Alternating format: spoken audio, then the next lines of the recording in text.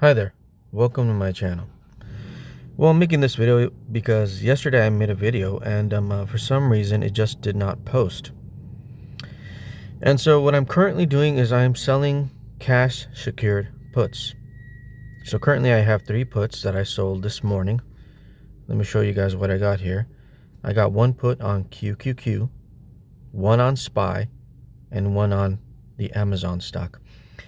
And so currently the QQQ and SPY will expire sometime later today. And so those two should be profitable. The Amazon one will expire on Friday because I can only do a weekly call on the Amazon stock.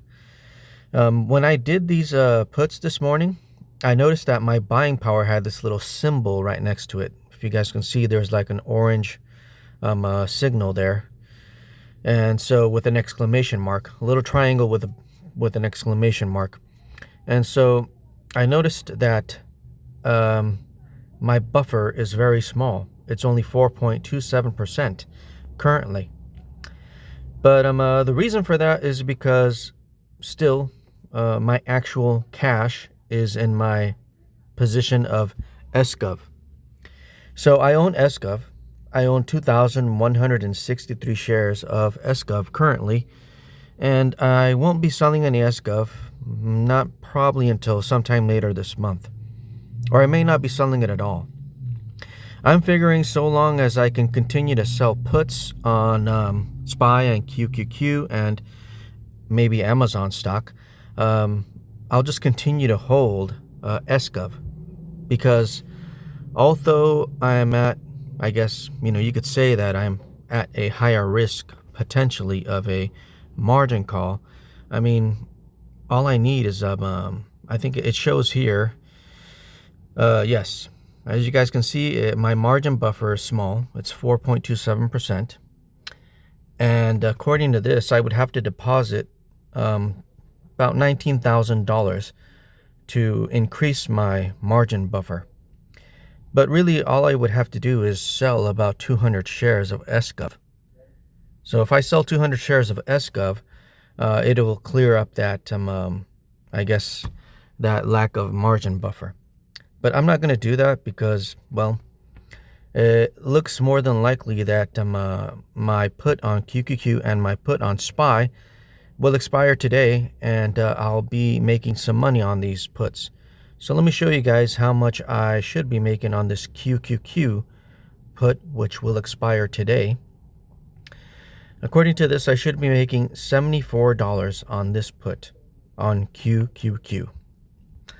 If we switch over to SPY, on this put, I should make $59. Okay. And then, of course, on the last one, the Amazon one, which won't expire today, this expires until Friday. If everything goes well, I should make $97 on this put contract. So I have a list down here of ETFs that I'm going to be probably selling options on. Here's IWM, which is the Russell 2000. I was looking at this. You can do daily options on this. You can sell daily puts and also daily covered calls. At first I was going to do a put on this, but I don't know. When I look back at the long-term record of this thing, I mean, it is pretty good. Somewhat similar, I guess, to the S&P 500, you could say. In the past 5 years, yeah, not too bad. If we go back to the 5-year, there's a, this was, I believe, the bear market. So, this is highly more volatile than SPY and QQQ, I think. So that's why I'm kind of, I guess, leery of doing calls or puts on IWM on the Russell. But since you can do daily puts and daily calls, I may just be doing that. So what I may be doing is 100 shares of each one every day. Every day. And so that's what I'm going to be doing, probably, one contract per each one contract on SPY, one contract on QQQ, and probably one contract on IWM. Please like, share, and subscribe to my channel. I really would appreciate it. My other plan was to, use half of my money, and put it all in VOO, which is an S&P 500 ETF, and the other half I was thinking of putting it into T-SPY and TDAC, which are two ETFs from TAP Alpha that pay monthly dividends. Now, they pay a pretty good dividend, but I figured, well, why don't I just try to do it myself, right? I mean, because that's what they're doing. It would probably be taking the same amount of risk, if I just do it myself. Except for the way I'm doing it is that I'm selling puts first. So I don't own the shares. And what will happen if these puts, if the collateral doesn't get called away, then I just get all my collateral back.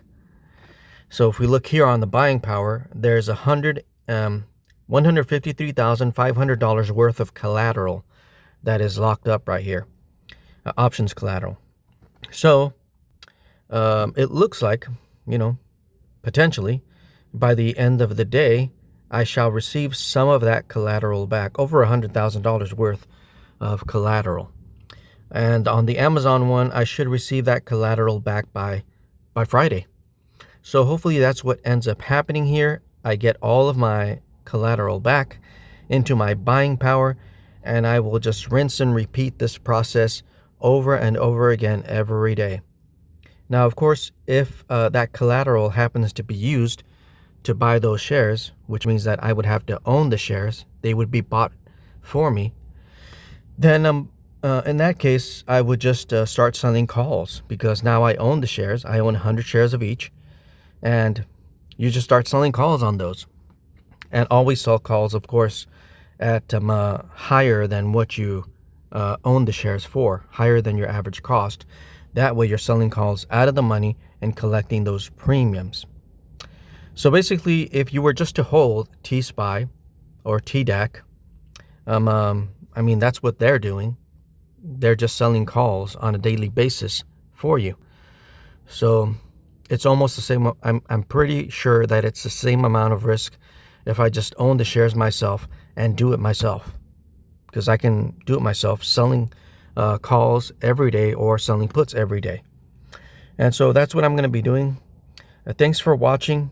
Please don't forget to like, share, and subscribe to my channel. I really would appreciate it. You guys have a great one. God bless. We'll catch you in the next video. Bye.